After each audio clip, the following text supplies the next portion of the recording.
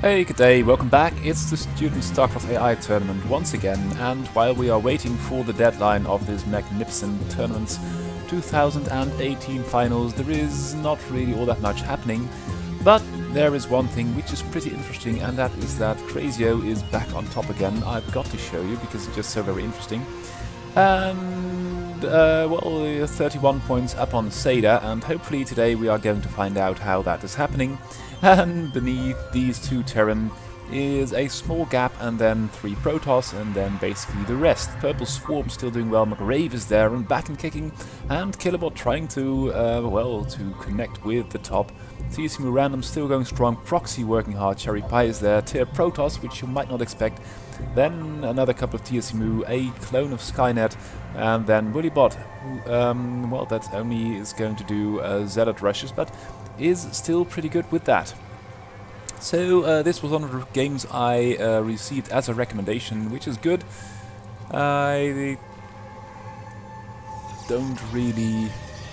Oh well, I think it's Crazio who sent me this, so bear with me, full bias applies, and we see the SimCity.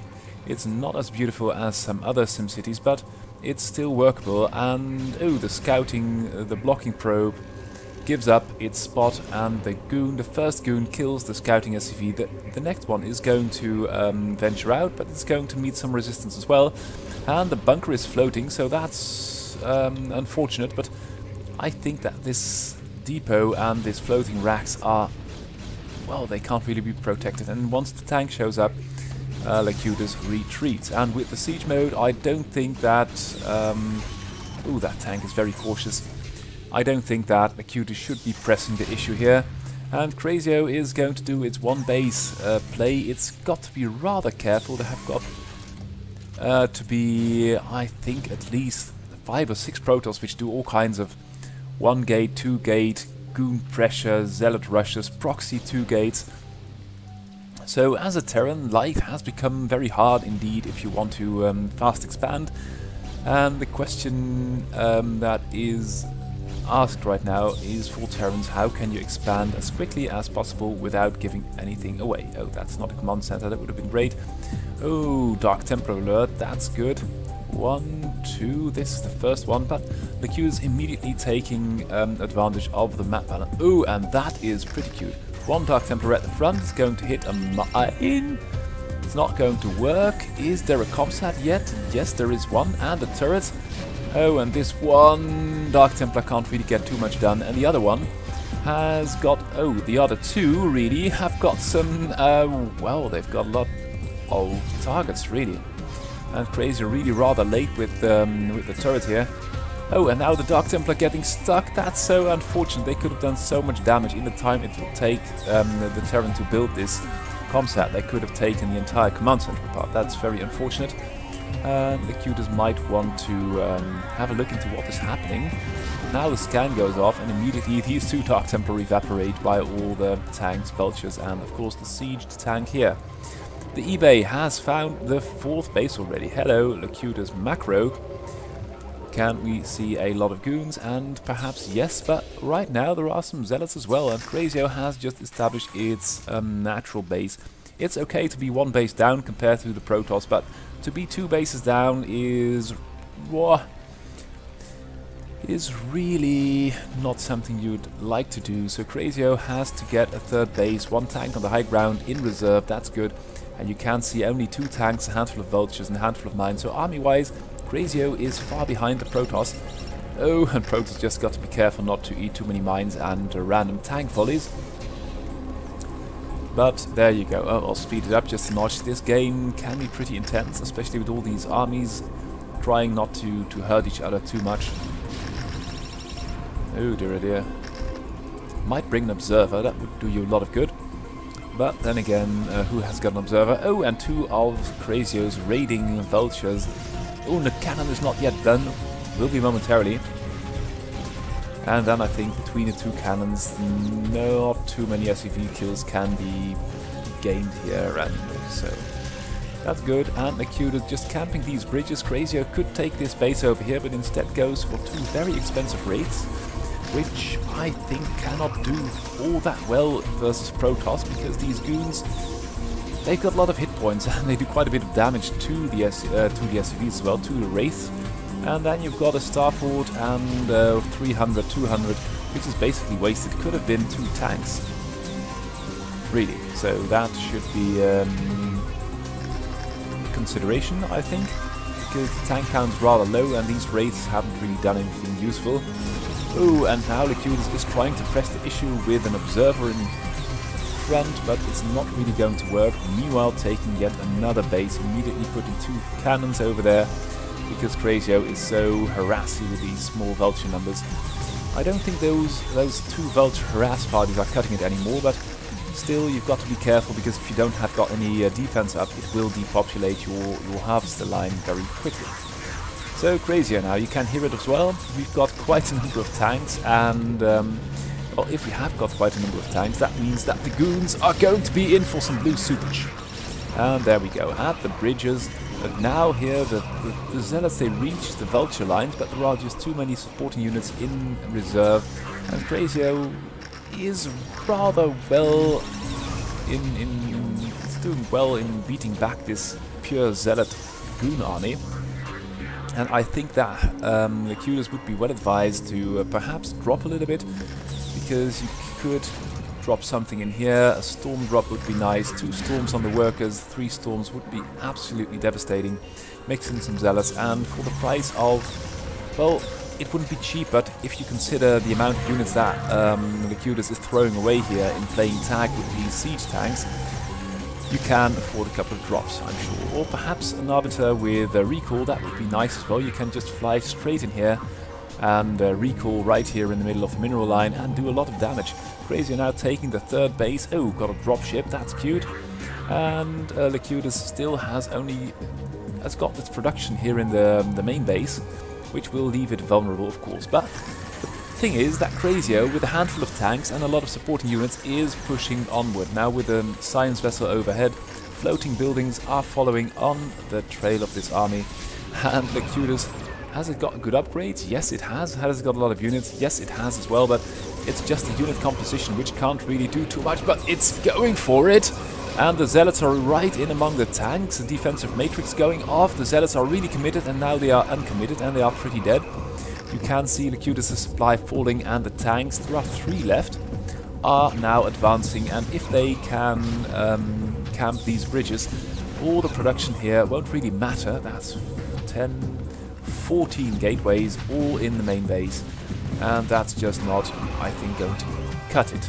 Crazio taking more bases and seems to have this game well under control. Licudus is too hesitant, and this gateway army just is no match for these well-protected tanks. And these 2 Wraiths have been here from the beginning of the game, but they just can't get to grips with any kind of Protoss unit. So there we go, Crazio with now 5 tanks on the bridges. Are more tanks coming? Yes, but some are coming back as well. I don't know what for. Did I miss a drop? No, not really. And I think this is some kind of a pathing issue. Now Crazio going to poke at this base with a couple of tanks as well. And has got the Nexus ranged. And, oh dear, I completely missed that. Sorry. So Crazio has things well under control here, but tries to harass, and these tanks are a little too exposed, and Licudus can beat them back.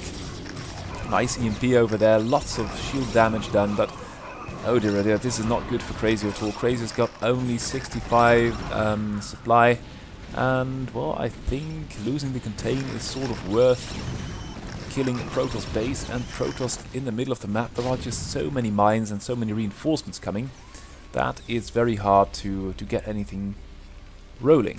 So although the contain is now broken, I think that Crazio shouldn't lose too much every time. That can be really costly, and this Protoss army can be cost effective if it keeps overrunning reinforcements like this. And Crazio's army is not all there, and you can now see the advantage that Licudus has in production, because you've got these 14, 15 gateways. So he can basically put out 30 supply each production round. Crazio has got 1, 2, 3, 4, 5, 6 factories, and the round's taking a little bit longer. And of course, so That's about half the production capacity. Crazio quickly building more though, because it has got a lot of money. Now Locutus is reaching the natural though. And is there a tank on the high ground? Yes, there is, but it's not really doing much. And so many goons are falling to the mines. And Crazio, with some reinforcing tanks, with some rallying tanks, is now trying to hold off the Protoss army. And I think it's being quite effective. The floating buildings, oh dear, oh dear, oh dear, this Protoss army can't really make up its mind. And that's sad, because it could do so much damage, and now Crazio can re-establish itself. I still think that 3 tanks with a handful of vultures... Oh, and the Protoss... Oh, this is so costly. If this army would have continued, it could have carried this this small defense by storm, and now it's actually going to do so. This Matrix vessel with the clutch EMP on a lot of Protoss units can't really do too much about it. There are some mines in the rear, and now again the Cuties should just have A-move this stuff and not lost so many units. But Crazio coming out quite well, I'd say. And now Crazio has got more mines, more turrets, and also more production, and not only in its main base, so that's pretty good. Natural is mined out for both players, and now Locutus is trying to kill this base. There are some tanks coming, and the Protoss army is trying to flee, and it really destroys itself on the cliffs of these tanks, and only one zealot with a sliver of HP gets out, and that can be quite costly. Crazio now ahead in army supply, and this base is still standing. So Locutus could have just killed this base and then done something else with the army. The 2 vultures are really doing a murderous job on this base, and even are going to kill the cannon. 2 goons arrive, but they can't really do too much, and they should just try and protect the vault. Oh, there we go, that's good. Meanwhile, Crazio setting up shop in the middle of the map again, now with ghosts. I think that's rather expensive and not really all that good in TVP, but what do you know, I'm a very bad player, and in AI games, I'd say with a couple of clutch lockdowns on high-tech units like Arbiters or Shuttles, it could be worth it, were it not that Locutus doesn't really build those. And now Crazio looks to be about to shift Locutus out of this base, which is completely mined out, so that's not really worth it. And Locutus is now trying to sweep some mines again with a couple of observers, but with 4 tanks on the bridges and some vultures on the high ground. Another tank over here. It's not really working for Locutus at this point. Locutus is losing supply like a madman, only 30 left, and Crazio's got an army of 113 and is going to run away with the game. So Locutus, what can it do? This base is being rebuilt, has got 1 mining base left, really. Oh, and this one, but it's under attack. And this base over here is still sort of functioning, but Crazio is really doing all it can to keep Locutus down, and is succeeding in that. This base is in smithers, and Crazio just is free to take the entire map, and the small Protoss army which there is just really can't compete with the Terran might. It's now 124 to 4 to 2 army supply. There must be a couple of observers, and now Locutus just is going to die, I think. Wow, that Crazio really played a strong game here.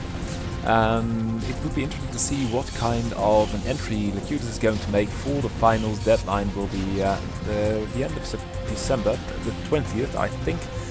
And if it's going to use more advanced units, it will be a sight to see. For the moment, I say GG, and Crazio will win this. And now, something completely different. This is Martin R, which is not a bot, which is Martin Royagus playing as a human, and playing Seda, and oh dear, we've got 2 SCVs making their way. They are going to... How did they know that the enemy was there, really? Is this a 2-player map? Yes. Oh, yes it is. So, 2-player map, and you know where the enemy is. That's good.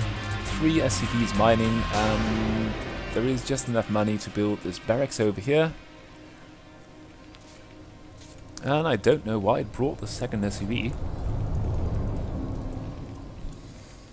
Oh, and Seda sort of knows what's going on. Literbot with the bunker and has to micro this marine in somehow. The SCVs of Seda's are on top of it, and the marine enters the bunker, and that's bad for Seda, because now this barracks is in range, and although Seda is now attacking the barracks... Oh, and they even... Look at that! Is that intentional? That is so cool. You can only expect a Korean bot to do something like that. They actually left the space over here to catch any and each marine which is coming out. Litterbot has got the numbers on this. Oh, and now the Rex is lifted. Is going to land in range of this bunker for some extra protection. Oh, shut up. Sorry, that was the thingy, the Discord thing, which I can't use very well, and I don't know where the mute button is. So I'll have to turn it off. So Litterbot with a quick and nasty bunker rush is going to... yes, that's not going to work, Mr. Seda.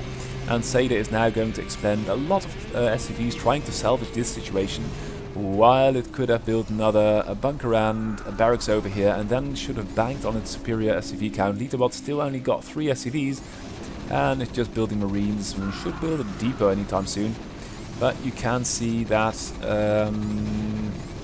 yeah, this is not going to work. So the answer to a bunker rush is really a counter bunker rush, but you have got to do it a little bit different than Seda is doing here.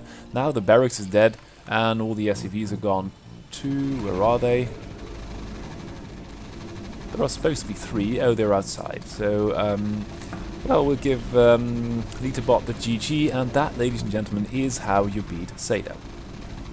Next game up, it's Lecutus versus McGrave, and we are very happy to have McGrave back with us. Of course, we saw Lecutus crumble to Crazio last game with just Zealots and Goons. Let's see how it's going to do versus McGrave. McGrave is not as good at Protoss, but can use higher tech units, and that might be a very interesting matchup. There are so many good Protoss lately that it's just well, really hard to keep up with them. And although I suspect that many coders are keeping some upgrades for the tournament entry, as not to give away all their secrets, you never know what these two players are going to do. Normally I'd say Lecutus is bound to win because he's got this gorgeous Goon micro, but never underestimate McGrave. That just doesn't do, and it has never paid to do so. Meanwhile, Lecutus is going for a lot of gateways. I don't know how it's going to power 4 gateways of one base. Then again, McGrave is staying on one base too and has got 3 gateways, 4 gateways of a turn. So basically a mirror build. And now it's coming down to micro. Both players are about equal in APM, and no, not in APM, in supply. Both have got range, and that's it. And now Lecutus is going to catch a couple of goons from McGraves, which are fleeing. And if you are fleeing, you're not able to fight. And you can now see Lecutus getting a little bit ahead. If this Zealot thing can cut off a couple of more goons, that's very well done by Lecutus. And although Lecutus didn't get a decisive victory, it's now 6 supply ahead. And this Zealot is pretty dead, so it's only actually 4 supply ahead. Any upgrades coming? No, and McGrave is getting stuck on the ramp. Then again, if you're on top of the ramp, you've got this high to low ground advantage, which is really very good. And I don't know what this probe is going to do. Probably die, because it's rather dangerous outside of this base. Oh, and Lecutus is really pouncing on the fleeing goons, and now it's 12 supply ahead, putting down the natural and of course the assimilator too. Any kind of tech? No. Is there any kind of tech here in this base of McGrave's? No, there isn't either. And McGrave's now in a bit of a quandary, because although it sort of can keep up with production, there is this huge concave of very angry dragoons outside of the base, and the numbers just don't add up, and Lecutus is overrunning McGrave. McGrave should have camped the high ground and tech to something else, maybe Templar, maybe Reavers, and try to do something with that. As it is, Lecutus is nearly 1 base up, and it's 36 versus 8 army supply, which of course is not good if there are no Dark Templar involved. So yeah, there you go. Lecutus making quick work of Mr. McGrave and taking yet another base. No tack at all, just 4 gateways, lots of workers, and of course this beautiful Goon micro. That's the GG going into the next game, which will be another matchup. I should tune this down just a tiny little bit. Problem with StarCraft music is that either it's very loud, the Terran bit, or it's very subtle, like the Zerg and Protoss bits sometimes, so it's really hard to get right. Haupan posted another update, and although Haupan started out using iron, it is proving very hard for Haupan to make anything better out of iron than iron was itself, and that says something about iron, because if you take a really complex AI like iron and then try to improve upon it without knowing it very well, that can be quite interesting. And Haupan appears to be going for some kind of a 2 Rex build versus Zerg. We see that more and more, that Terran players are going to play Bio versus Zerg. And I don't know what this hopping in and out of the bunker is supposed to do, but it's working very well. It's a nice carousel and, well, full of action. So here comes the Academy. And these Zerglings have had their time, I would say. 2 bases for Proxy. Proxy is, wow, going for a lot of Zerglings, look like. And now the Zerglings are tearing into the Marines. Some Marines die, that's very good. This one will probably not get in. It will get back into the base. That's pretty good. Now with 2 medics, I think that Terran has sealed the deal. Then again, Proxy, what's it going to do? 2 Sunkens, lots of workers, a lot of money, and a lot of hatches. It's going for a round of drones, looks like, and after the drones some more Zerglings. So 4 army supply, and Terran of course is way ahead. Now even with fire bats, and I suppose that stim will be started soon too. And Lecutus is trying to keep the numbers down, catches a fire bat. This Ling Micro is excellent. And it must say that, contrary-wise, the Marine Micro of Haupan is not as good.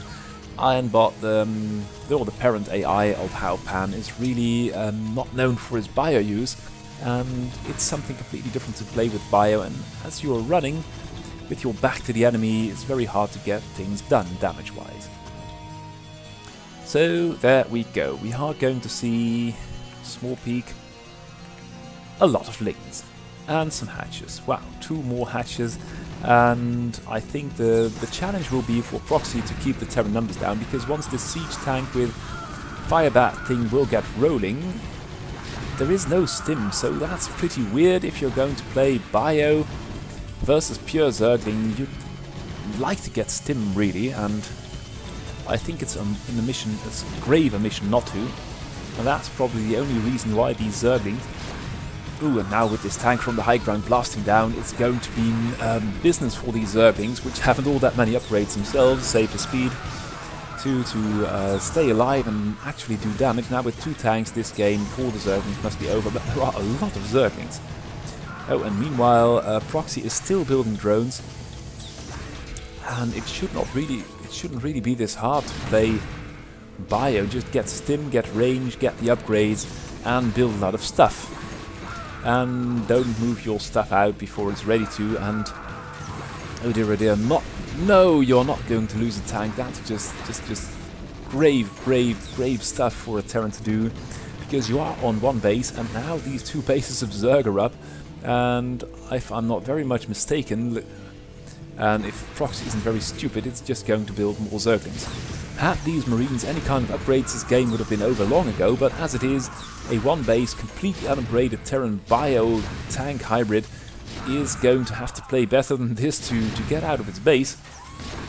And although prodigious amounts of Lings are dying, it's still, I think, Proxy's game, because it's got the worker lead, it's got less army supply, it can't really get at the ramp, there is a bunker on top of there. And Haupan really surprises me. If you just siege a couple of tanks over here, you can just leapfrog down, and you don't even need upgrades. And these Lings, oh, they have got they've got the missile upgrade for the Terran, and that's just completely whack. Unless these Zerglings are going to fly, which I don't think they will, it's completely wasted. And well, if you are going to play any kind of Bio, you should incorporate some upgrades. At least 1 tank dies again. And if you are trading 10 Lings for a tank, I think as the Zerg in this position you are making a fair trade, or even a better than fair trade, and what these medics are doing here is completely beyond me. So if you want to play Bio, you have to got some idea of how to do it, and this is just not the way. You can see how Pan struggling, it's got no map control at all, and there are so many So very, very, very many hatches. The link production is out of this world. We've got two thingies, Evo chambers. They're not even working, both of them. And Halpan trying to stabilize, but if you're going to move out with just 4 Marines without any upgrades, still without stim, without medics, it's just going to be a complete party for the siege tanks. And this tank, oh, well, the tanks have got to party pretty hard to stop all these lings. And the repair of these SCVs is on top, as we are used to seeing from Ironbot. Then again, it's a one base versus the map operation, and look at Proxy go. That's some good macro, I can tell you. And the link production is going to be out of this world. 64 workers, and oh, a hybrid then now as well. That's perhaps that's something different, and perhaps that might even give Terran the chance to get back into the game. Although the links now have reached the ramp, have got control of the bunker, which is empty for some reason, and now are flooding the base. And if you look at the production tabs, it's absolutely wicked. All kinds of infrastructure and links, and that's basically the entire game plan of Proxy this game. Look at all the macro hatches, all in the main base. And wow, that is just gravy. Did I hear a Wraith? Yes, there is one Wraith. And that seems to be the entire army of Halpan in this game. And by now there are about 100 Zerglings in the main base, so that doesn't really work. Whoa! And Proxy is still building more workers for some reason. 85 is not enough. 93, good morning, and taking the natural of the enemy just for shame. It doesn't take the island bases. I think that Egbert is still the only one who can do that. Oh, so we've got a science vessel and a Wraith, and the Wraith is keeping tabs on things very well. Now Proxy is teching into everything, and that was the game. So GG, Halpan, back to the drawing board, because if you are going to play Bio versus a Terran, there are some starters like stim, range, building units, and not sending them out 2 or 3 into the Zergling Wasteland to die. So, yes, I saw a couple of upgrades by a Kilobot and a Toothpick line, and I thought, well, let's have a Zerg versus Terran, or a Terran versus Zerg, if you are so inclined to look at the world from a Terran perspective. I myself do not. It's not really the thing to do, I feel, because the Zerg are just too cute for that. And Kilobot is going for a very quick expansion, followed by a pool. Now, we've got a barracks. Oh. And this is a rather clumsy way to lose your first Overlord, and oh, Kilobot doesn't really get supply block, but was very close to doing so, and of course losing an Overlord like that can be the start of a snowball victory for the Terran, and the Terran is now blocking its own vulture with the Marines. That's not good. Should write some code not to get caught up in these small chokes, and the tank can't get out as well. So for the time being, Toothpick has got a huge army advantage, but it can't move out on the map because the Marines are standing in the way. Meanwhile, building a turret, some infrastructure, lots of depots, and Kilobot is going for the Spire. It has been working, or Marion Diveka has been working on the Muta Micro. Have you got any kind of upgrades? Ling Speed, that's really weird because there aren't any Lings. And where are the... oh, here are the Mutas. And the Mutas really can't make up their mind, taking a lot of damage again. Now the Marines are coming off the choke. And there are a couple of turrets as well, so I don't think that these Mutas, although there is a nice large cliff, they ought to cycle the wounded ones out and join up the forces a little bit more readily. And flying in a well-defended Terran base with 3 badly wounded Mutas is just a recipe for disaster. Where are they? And yeah, that's it. Third base somewhat operational for Zerg. Don't know where this drone is going, but I'm sure it's something interesting. So if you are going to play Muta, you've really got to commit to it. And taking a base like this, 2 Sunkens over here, and just cycle all the badly wounded Mutas while making a couple of upgrades and keeping your Muta force nice and tidy. And again, the Mutas are just taking so much damage, they really can't find... oh god. That's just so much damage done to the Mutas, and the macro behind that isn't really good. A long...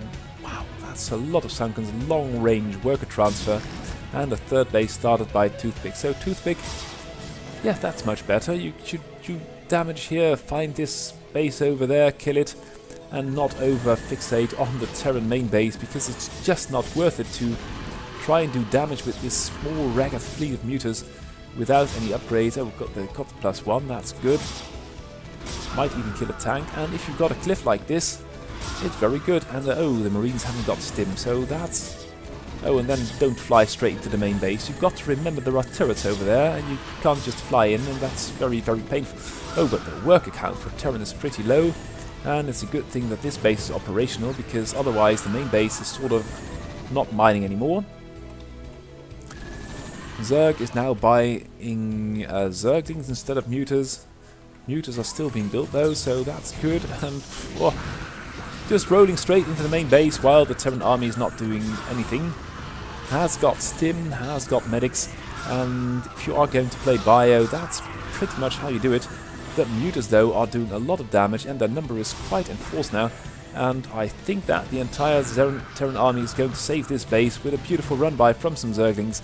And Killabot should have taken a couple of bases by now, and the muta cloud is growing. The shadow underneath is getting darker and darker, and the damage output is quite delirious. Oh wow, that's the GG. The Terran army really drawn between this base and that base, and while it's out of this base gets wrecked, and while it's out of that base gets hit.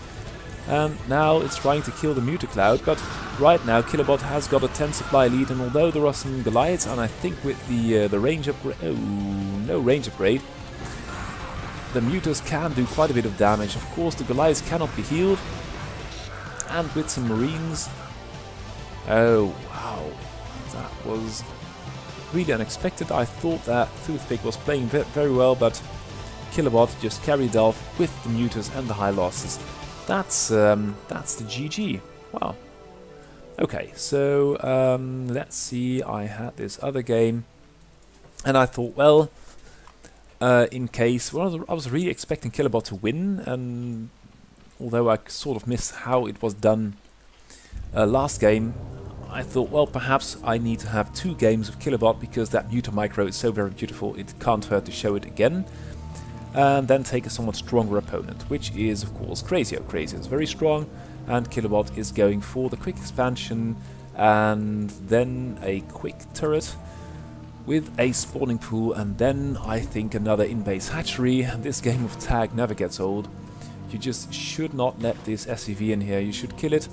As we saw earlier, we saw McGrave with the scouting probe on the ramp, and it only left when a goon was arriving to take its place.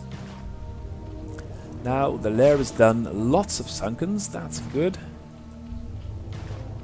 And now one link is chasing the SCV, but Crazio has seen this coming from miles away and has got a bunker, has got some Marines, and is already blanketing the map in turrets 3 in the main base. That's very good. Has got the academy ready. Oh no, those are spider mines. I was thinking there were the ranged missiles for the Goliaths, and now the mutas are out. How many have we got? We've got 6, which can do quite a bit of damage, but I think that Crazio is quite safe. And these mutas really, well, it's very hard to prioritize in Brute YI, but the anti-air is quite good. So perhaps you should just content yourself with killing the eBay first, or nibbling at this depot a little bit, because you're not going to get in here. There are 3 Goliaths, a bunker, a couple of turrets, so that's just not doable.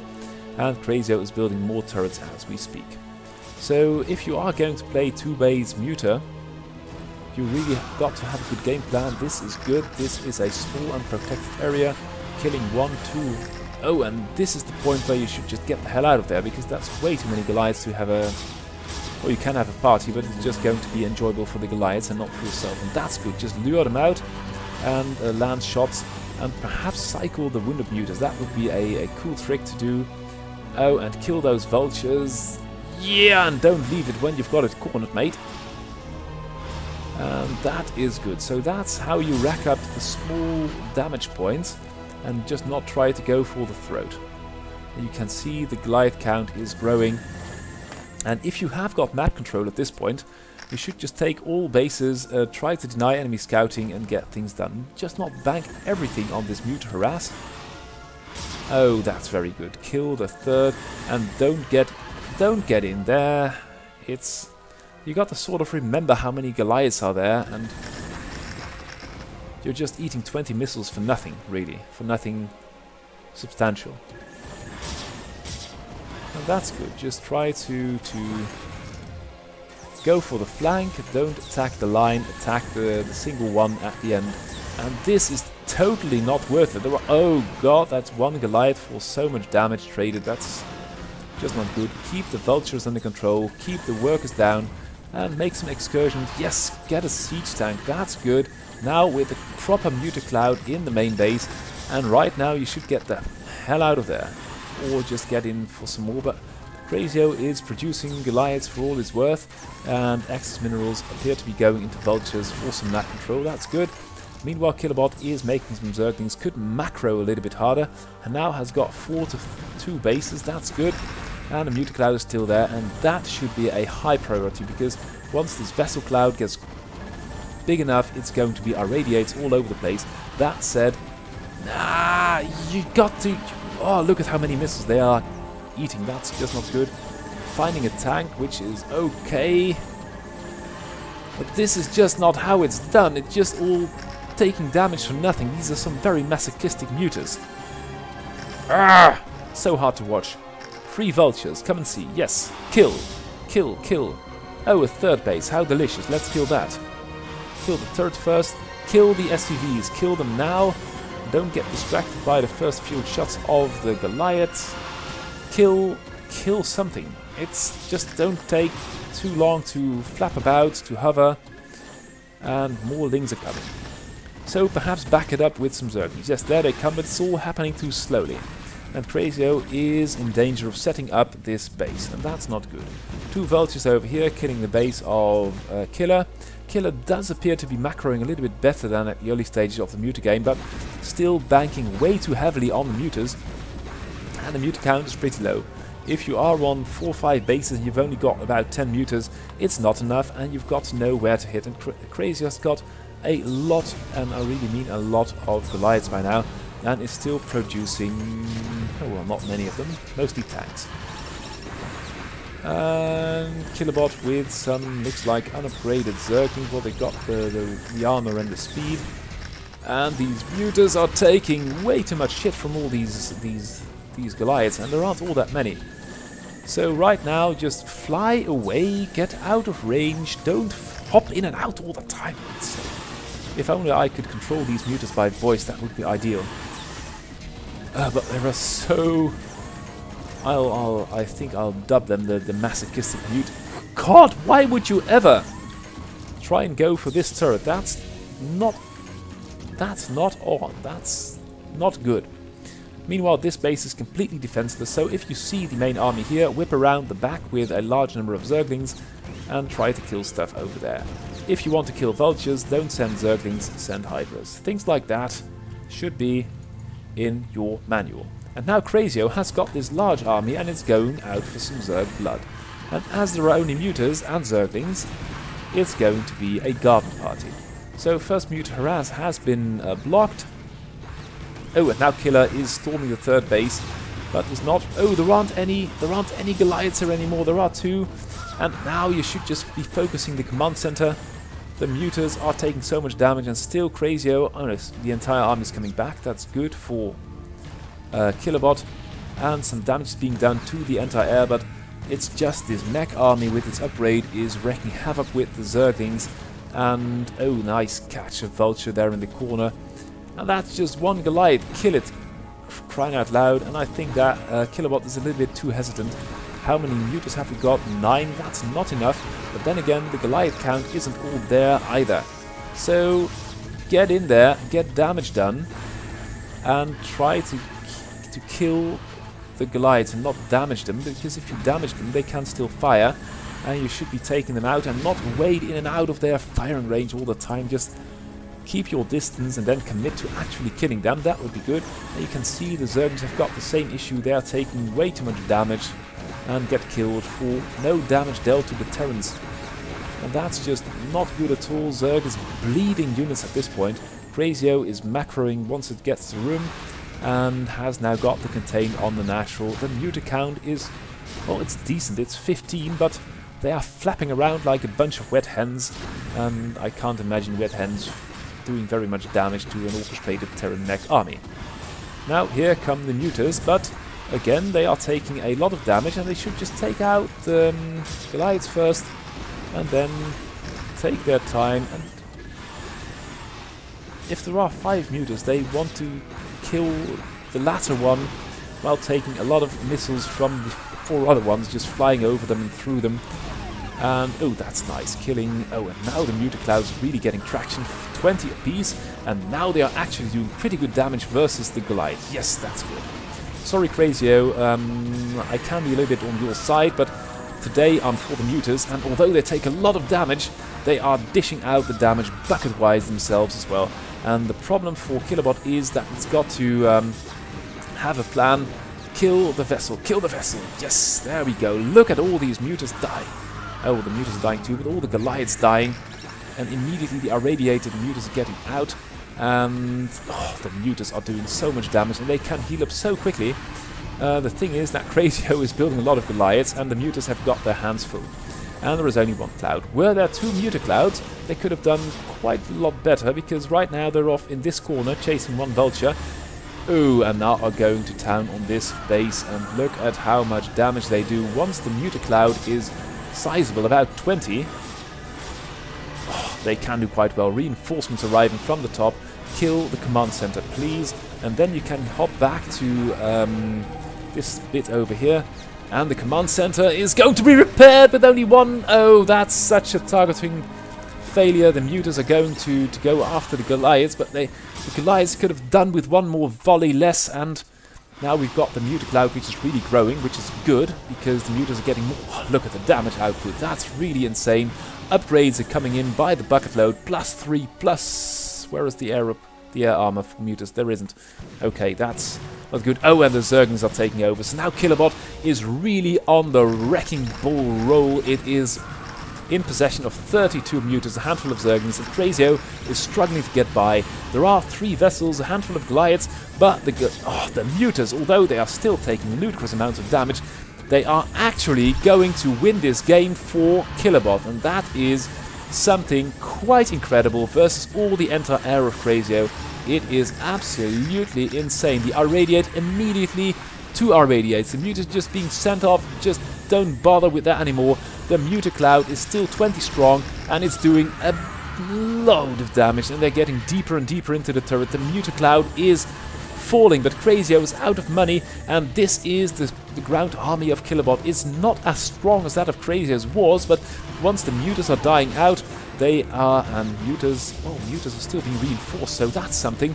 And by now there are a lot of Zerglings. There are 100 Zerglings, and the mutas and the Zerglings beat Crazio. What a game. Congratulations, Killabot. We'll be watching you for this year's... Oh, don't go away. For this year's finals. Taking a small step back, we've got this new bot. It's called a Jumpy Doggo bot. And last time it did only a 4-pool with an upgrade. And it's still got... Oh, it's going to build another drone. So that's good. But this is a 4-pool with a drone inserted in the build order queue. The enemy is Hannes Bradberg, which can be quite marine heavy. That said, it should be building marines quite quickly now, and although the enemy's location is known, these Zerglings are flapping all over. And Jumpy isn't going to build anymore. For reasons. Oh, it's building a command... It's not building anything. The Terran is building a command center. And not enough units, but the original Zerglings, they are doing quite well. Killing a depot, this marine... Oh, it will actually defend itself. And Jumpy Doggo Bot is now building some Zerglings again. But not really all that many. Meanwhile, the Zerglings have things sort of under control in the Terran base. And more Zerglings are arriving, so I think that Terran is in grave peril. The Zergling count is growing every once in a while. Things get built, and there is now a natural for Terran, and gas is being mined, The main base is in tatters.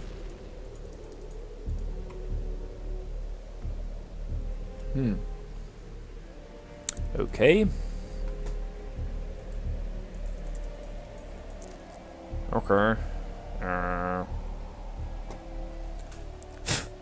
This game is completely out of control. Minerals are being mined and gas is being mined here. Alright. And it looks like both bots just got completely off the rails, and that is the GG. Okay, so back to the drawing board and let's slap in another PvP. It is going to be Purple Wave versus McRae. Purple Wave isn't been under active development since, well, Dan Gan's efforts have all been going into Cherry Pie. Oh, I got an email from him and he says, well, Cherry Pie isn't dead, we just released StarCraft and we'll be releasing much more stuff for other coders to use, so please have a look into that. And I hope that they can find the time to update their own bot as well. It didn't do quite as well as expected at the Canadian tournament, but now you can see it in its full glory, and let's see what it's going to do. So, Purple Wave going for range 2 gates and more tech buildings and a battery coming, while McRae is going for the quick expansion and a little bit later Dragoons. Maybe a valid choice, and is taking a couple of photon balls for its pains, but it's just one. Oh, there are 2 goons, so you should build some goons and not get too much damage done. Now 3 goons. So where are the goons from Purple Wave? McRae is really doing damage to the Zealots now, and you can see Purple Wave getting ahead in army supply. There is 1 cannon. Oh, and there is 1 goon now for McRae as well, but Purple Wave's got things well in control, and this 1 goon, because of the Zealots, it can't really get out. And that means that these 5, wow, they run out 5 goons by Purple Wave, and they are going to kill the 1 goon of McRae's, and are doing a lot of damage also to the infrastructure, to the production of McRae. McRae under a lot of pressure, going to lose its first gateway, I believe. Just dancing right out of range of these cannons. Lots of cannons though, but these goons just have got the edge. And there is a Reaver coming as well, and it's going to take forever because it's just crawling, it hasn't got any transport. But meanwhile, Purple Wave sort of on top, and this gateway has been rebuilt, but McRae isn't building any army, and that's just strange. McRae is building a Reaver as well, but once you are 30 supply down, you should be rather careful not to over-invest into infrastructure. Just get an army going the quickest you can, and oh dear, oh dear, oh dear, that's a lot of life lost for Purple Wave. Purple Wave shouldn't throw their army away, because although it's ahead in army supply, there is a Reaver out for McRae as well, and now it's... you should just nibble at these buildings first and try not to take too much damage yourself, and these goons are really not listening to that, are going in for a little bit of a beating. And although there are 2 Reavers, yes, they can get out, but they really dare not. I don't know. Oh, 1's coming. Oh, 1 shot at the Reaver. And now there is a Shuttle 2, which takes up the 2 Reavers and then sits on top of the Nexus while the base is being shot to pieces. I think that was not intended. They can find goons, but they're really hesitant in fighting other Reavers. And meanwhile, these other Reavers are doing lots of damage. And by this point, the natural for Purple Wave has been established. And this natural, although it's still standing, well, the Nexus is, it's not doing nearly as well, and by now we've got 4 Reavers of Purple Waves which have crawled all the way right across the map to do battle with the buildings of McRae. McRae now in dire trouble because there are 4 Reavers and 3 goons doing a lot of damage, and I think you can't really... oh, that was a really nice Reaver shot. You should just try to, with the Reaver micro, let go and then pick up again before the other Scarabs hit you, and that can be quite hard to do, especially since an AI has not really been trained for exactly that kind of thing, and even as a human it's not at all easy with the unloading cooldown, and yeah, that's good. That's 1 Reaver killed. You've got a very small spell. Oh, and now the Reaver dies, and now you've got no more probes. So that's the GG. Purple Wave taking out McGrave in a Reaver shootout. Well done, congratulations, and next game up. Oh, we've got another proxy game, that's good. Last proxy game was pretty decent versus Haupan. That was really Haupan's, was proxy as well versus Haupan.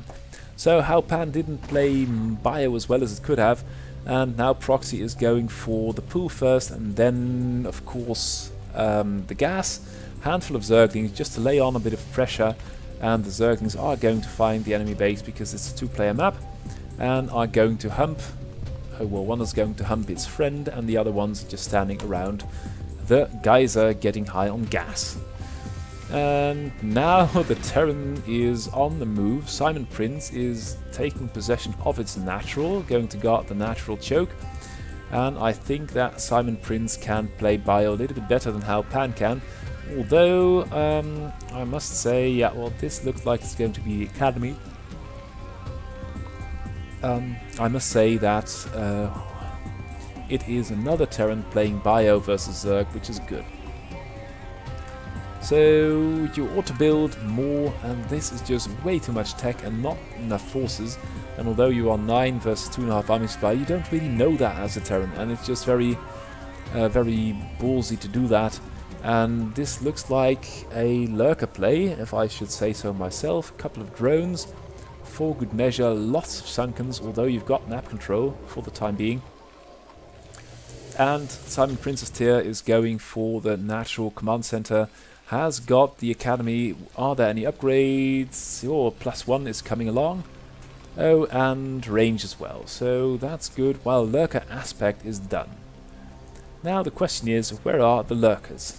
There are no lurkers at all. And I think proxy could have taken another base, or at least another hatchery with these extra minerals. Oh, and here comes the first lurker actually. And it's going to make its way over to the enemy base. There is a turret there, but still, with only marines, it's not easy to fight off a lurker, let alone 2 or 3. And this one is a little bit of a wanderer, but that doesn't really matter. We've got 2 comsats. Have they got energy? Yes, they have, but right now you've got 5 lurkers. You've got to really be rather careful to engage those. And it looks like the Marines have got clear instructions not to engage the lurkers and let the local wildlife be. You might be in for a bit of a kebabish experience because of that, but it really looks like these Marines are not going to come to grips with these lurkers. The lurkers are tearing down the natural command center, their numbers are growing, and the Marines don't even fire on unburrowed lurkers. That's just not good.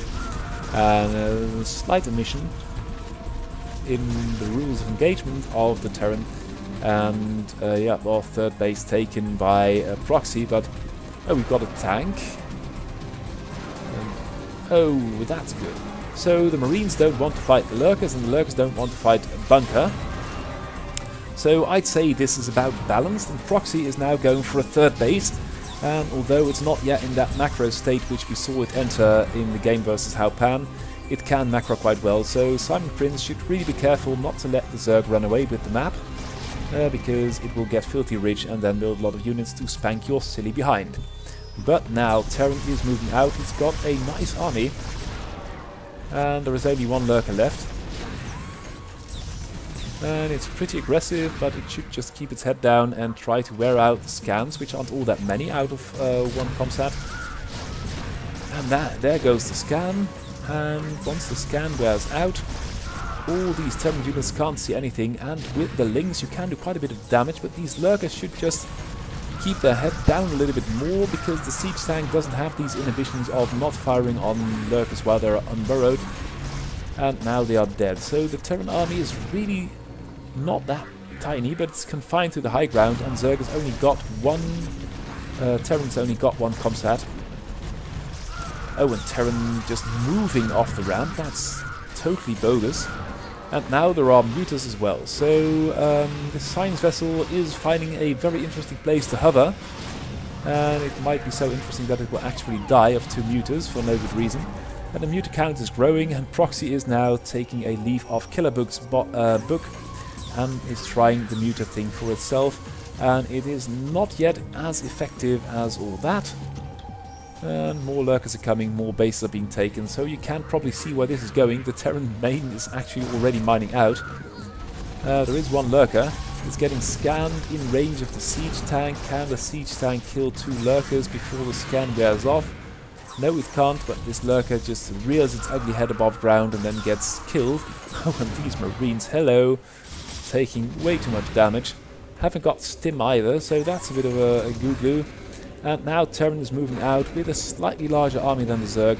The real... oh, that's good. Immediately behind that push, taking the natural. And Terran really needs that natural. Has got not enough money left. And the expeditionary force is meeting some intermittent resistance by some Zerglings. But every marine you lose at this point, what can you do if you are going to sit back at home? You're going to be slaughtered in the long run. And like this is like the Lord of the Ring push against Sauron's evil empire, and Sauron Zerg is what we are going to see here. And behind that, I think it's a very good choice, and you should be transferring all the workers. Yes, there they come. So for now, the income of Zerg is much greater than that of Terran, but Terran still has got the natural. And although the entire expeditionary force has been killed, there is a bunker with the turret and some loose marines, and they should not be standing in front of the bunker. That's just too lethal. And this one bunker with the repair, and the bunker falls. And that is sort of the game, because now the Zerg will have free access to the natural, and every unit Terran loses, it cannot replace. There are 3 marines left, and although the Zerglings are in for some SCV blood rather than the 3 marines, oh nice science vessel, you can watch the destruction live on television while the first ultra pops up, and that is so much damage. And Proxy meanwhile has taken the entire map. You can see Zerg forces being rallied in from every which way. The supply is skyrocketing, and well, Proxy is only building 1 overlord at a time. That's quite interesting at this point of the game. Should build some predictor for that, but that is quite a ruffle stump, and that's also the game. Okay, so got one more game. It's Banana versus Seda. I think it's a recommendation. I should keep those 2 apart so I can also mention who recommended what game. That's would be the courteous thing to do. Unfortunately, I am not that organized. I'll try to do that next game. But yes, as we go, Seda used to be number 1. Still, I think it's the team is garnering a couple of good upgrades for the final state. Oh, and it's going to cancel. Oh, it saw the zealots. It cancelled the command center. That's really Korean level. Let's look at that again. I've never seen a bot do that. Here's the cancel. So at 4:15, here goes the command center. And here is the scout. Here is the scout. It sees the 3 zealots, and after that the command center gets cancelled. And perhaps you could build a bunker over here then. And is there a marine in there? Yes, 1, but the zealots are running by, are going after.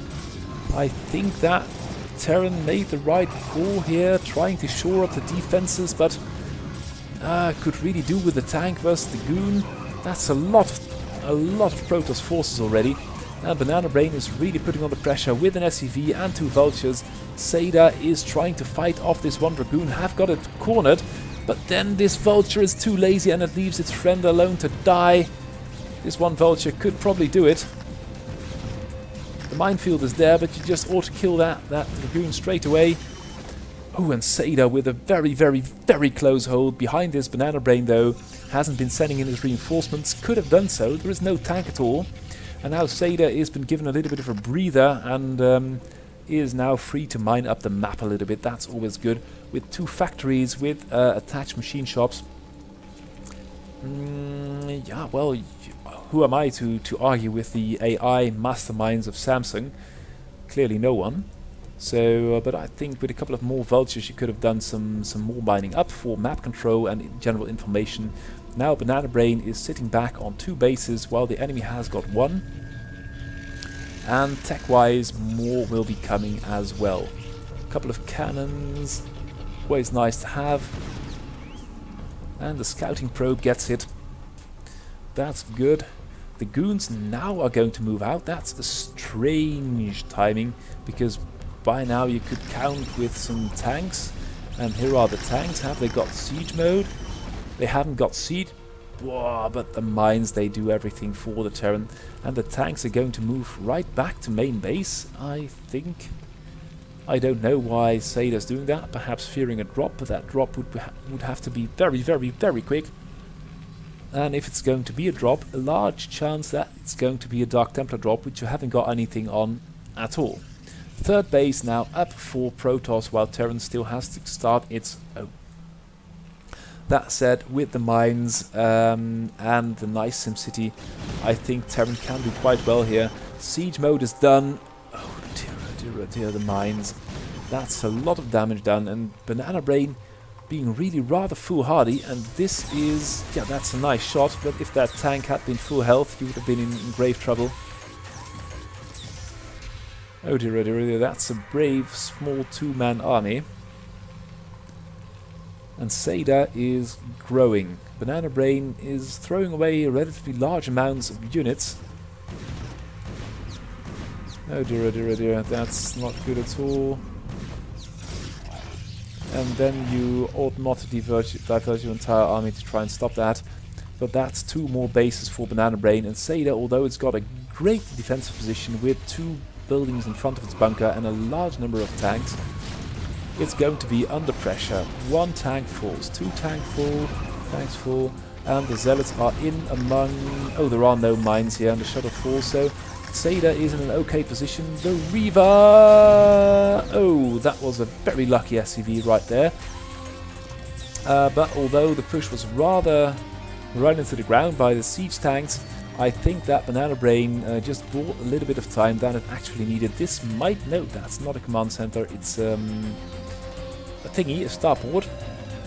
And right now Banana Brain has got a lot of tech coming. But really it ought to be producing units and keep pressure on the Terran. And that's not what it's doing. There is a lot of infrastructure right there, and the unit composition is really a bit of a mix. There are gateway units, there is a Reaver, and there is even a carrier in there. So I'm very much looking forward to see how Banana Brain is going to deal with SSCAIT like this. The wall is lifting, and that means that SSCAIT is ready to move out. The Vultures are exploring all over the map. And the Zealots, of course, are no match for the Vultures. There is a High Templar, which is storming its own forces, which is unfortunate. But now the Protoss army appears to be converging on the natural choke, which still holds such an obsession. Oh, that was a nice storm right there. And now the Zealots are in among the tanks, and Protoss is making a lot of units. And although SSCAIT is winning this exchange... Oh, and that was a clutch shot by this Dragoon. It's going to die for it, but SSCAIT is being kept down to two bases. The main base is getting low, and there is the first carriers out there already. And then there are a lot of forces by Banana Brain being ferried in, and SSCAIT is under a lot of pressure. No other way to put it, really. And Banana Brain is transferring workers all over the place. I don't really know why, but yeah, I could take this base too with the Observer. But the pressure is on in the natural choke, and if you were to take stock of the Terran base, there's one turret, so you could enter it from the rear. You could just fly straight in here. You could drop some Zealots in the depots. But at this point, it's just all way too much for SSCAIT. The army count is 14.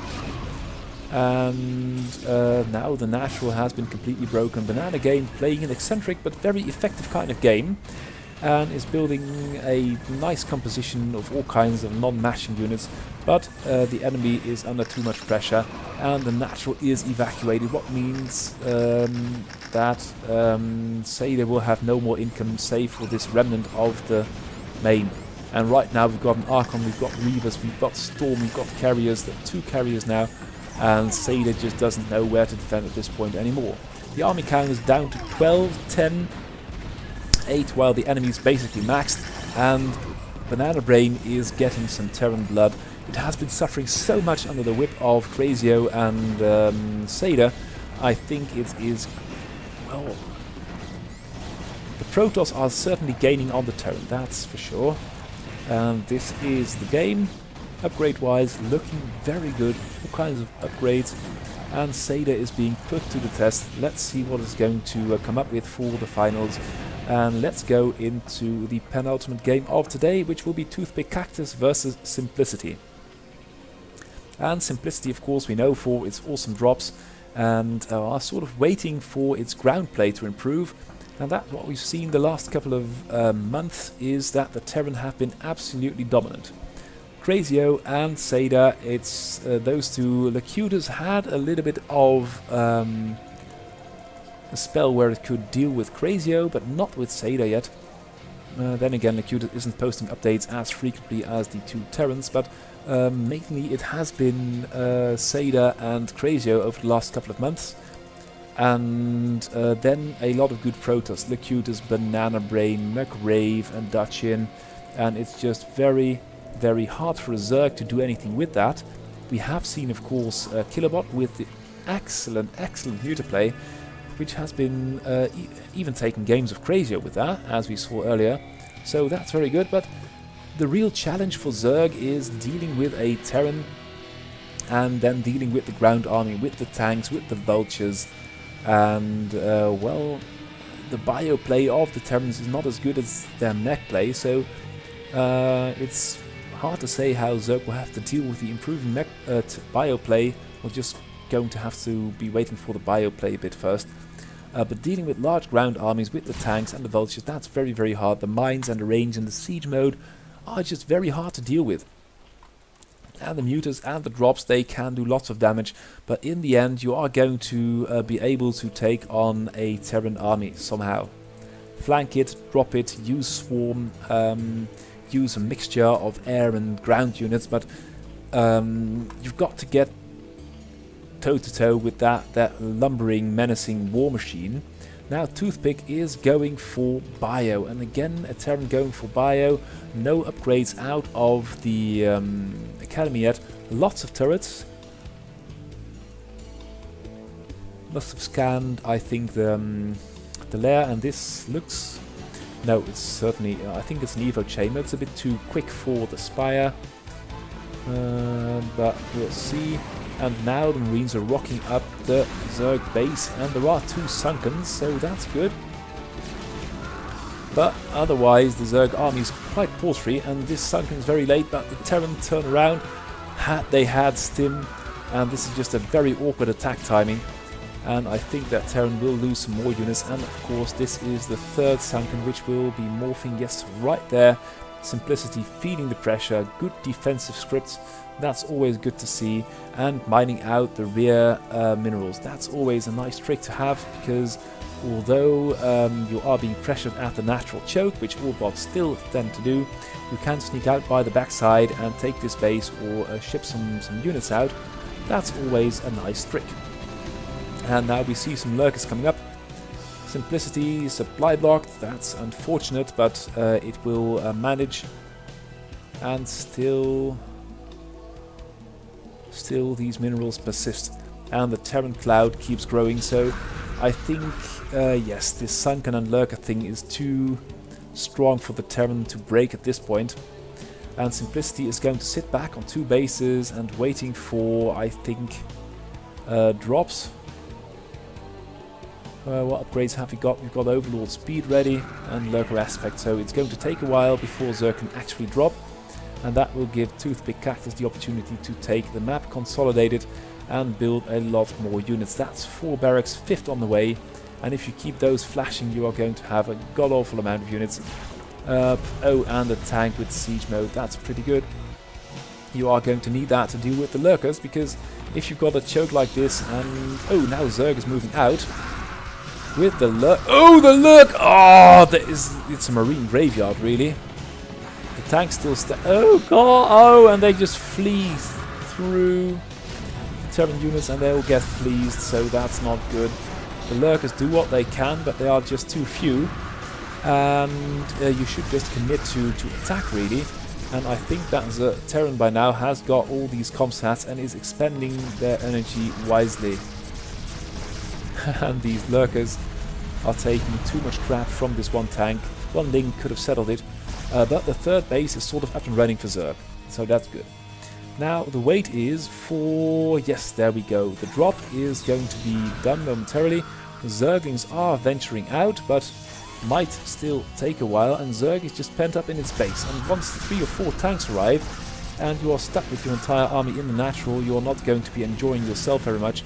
And you could have done 1 or 2 Sunkens here, but the Lings, they sort of handle it as well.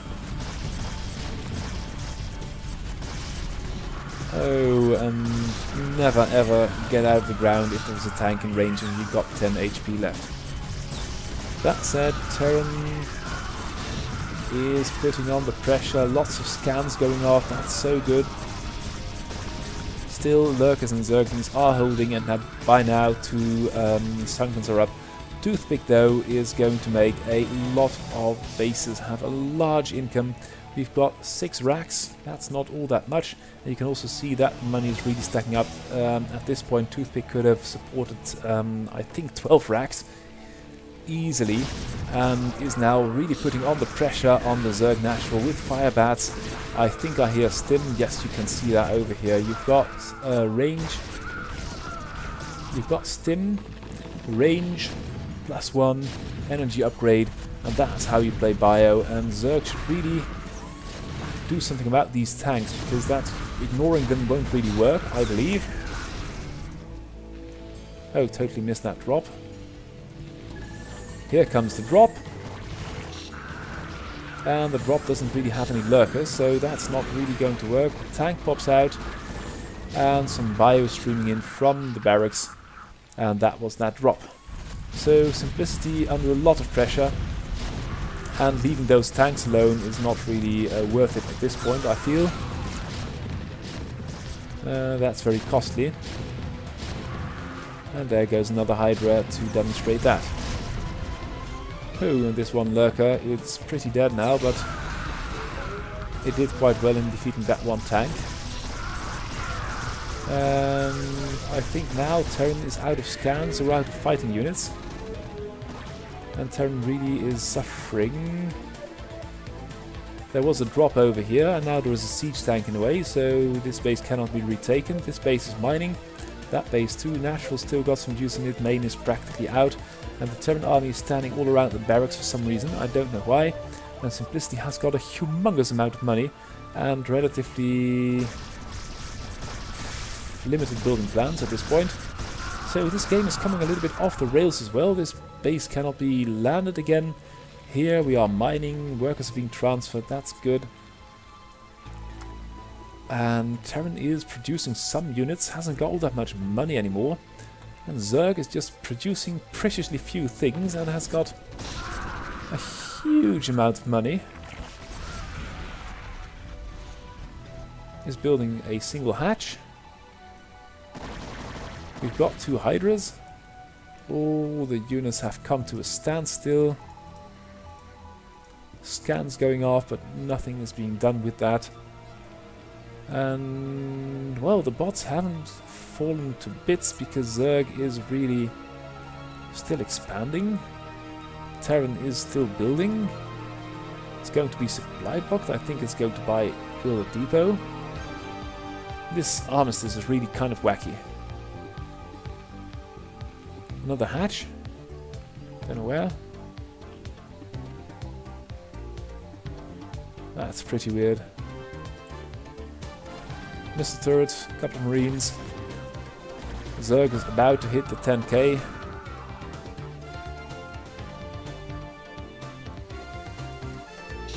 I can't really see, and the units are being stimmed right here. And that is the timeout. Okay. Had a lot of potential this game, but didn't live up to it. And now the game you have all been waiting for, the number 1 versus number 2, Crazio versus Banana Brain. And I realized this broadcast has been old-fashionedly long. I took game off to prepare for the weekend and get this broadcast out of the way. I always like it very much if I've got the time to do it properly. So I thought, well, with the deadline of the tournament in about 3 weeks, let's take stock and see what the number 1 and 2 are going to do. Seda going for a very quick factory, Crazio doing the same. Floating barracks is going over. Might actually even land it here and make some Marines out of it. That would be great. And the first standoff is there. Now Crazio taking a little bit of space with 2 tanks. Very aggressive.